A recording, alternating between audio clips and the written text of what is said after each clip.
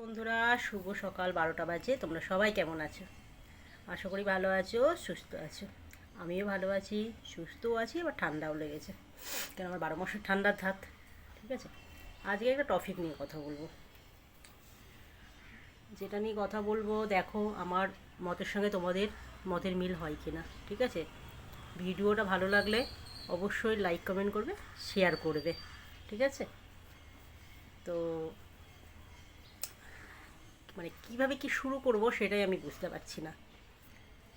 একটা মেয়ে ছিল, তার বিয়ে বাড়ি তো রাত্রিরেই যেতে হয় জানো।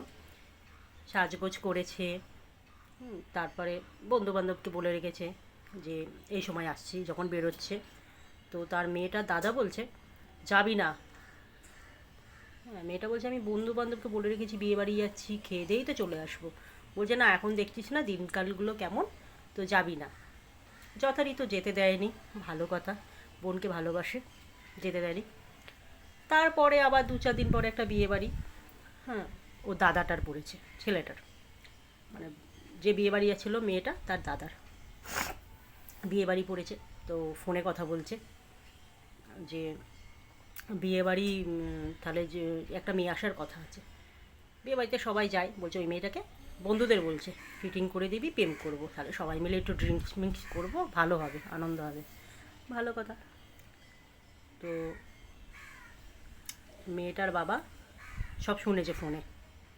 আগের দিনও যখন বোনকে যেতে দেয়নি তখনও ফোনে শুনেছে।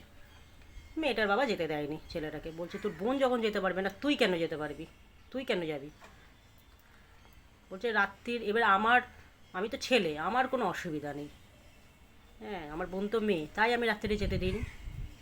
বলছে আচ্ছা, যেতে দিসনি, তাহলে বিয়েবাড়িতে যেই মেয়েটার সঙ্গে তুই কথা বলছিলিস ড্রিঙ্কস করবি, বন্ধুদের বলছিলিস ফিটিং করে দে, সেও তো কোনো বাড়ির মেয়ে। তো বোনকে যেরকম ভালোবাসিস, বোনকে যেতে দিলি না, তো সেটাও তো কারোর বোন, কারোর বাড়ির মেয়ে। আর যে ভালোবাসে সে কখনো ওরকম বলে না যে ফিটিং করে দিবি, আমরা সব ড্রিঙ্কস করব, আনন্দ হবে। তো এরা ভালোবাসা নয়। নিজের বোনটাকে আটকালি ঠিক আছে, কিন্তু সেও তো কারোর বাড়ির মেয়ে, কারোর বোন। ওই জন্যই বলছি আমি, নিজের বোনকে যেরকম সম্মান দাও, নিজের বোনের মতন ভাবো, অন্য মেয়েটাও কিন্তু কারো বোন, কারোর মেয়ে, তাকেও সেই সম্মানটা তোমরা কেন দিতে পারো না?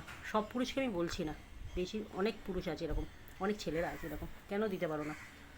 আর আমার একটা কথা, এই যে মেয়েরা রাস্তায় বেরোয় রাত্রিবেলা, তো মেয়েটাকে ধর্ষণ করে বা রেপ করে কারা? এই ছেলেরাই কিন্তু, ছেলেরাই করে। তা ছেলেরা রাত্রে বেরিও না, তোমরা ছেলেরাই রাত্রিরে বেরিও না, দেখবে কিচ্ছু হবে না, না রেপ হবে না ধর্ষণ হবে। ছেলেরা রাত্রিরে বেরিও না, দেখবে কোনো মেয়ের কিচ্ছু হবে না। তোমরা ছেলেরাই তো ধর্ষণ করো, রেপ করো। সেই ছেলেদেরকেই বলছি তোমরা বেরিও না রাত্রিরে, তাহলে কোনো মেয়েরই কিছু হবে না।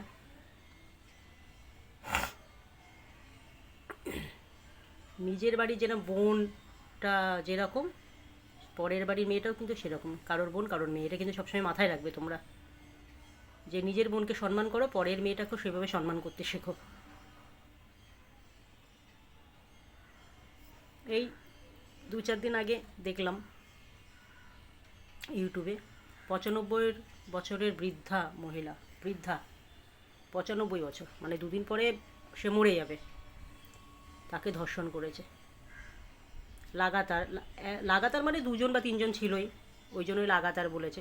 লাগাতার ধর্ষণ মানেই তো 2 জন 4 জন বা 3 জন ছিল, যাই হোক সেটা জানি না, একজন অবশ্যই ছিল না।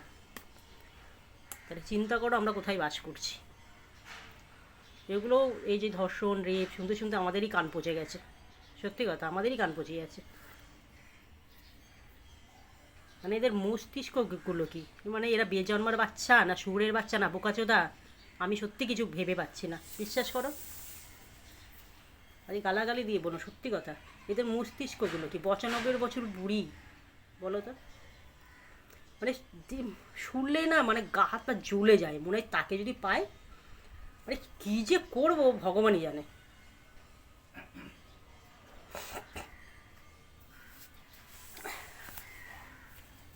তাহলে বলো তোমরা বন্ধুরা,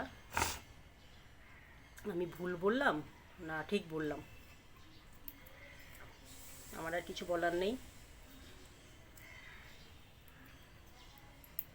আমার ভিডিওটা যদি ভালো লেগে থাকে তোমরা লাইক কমেন্ট শেয়ার অবশ্যই করবে, ঠিক আছে? টাটা বন্ধুরা।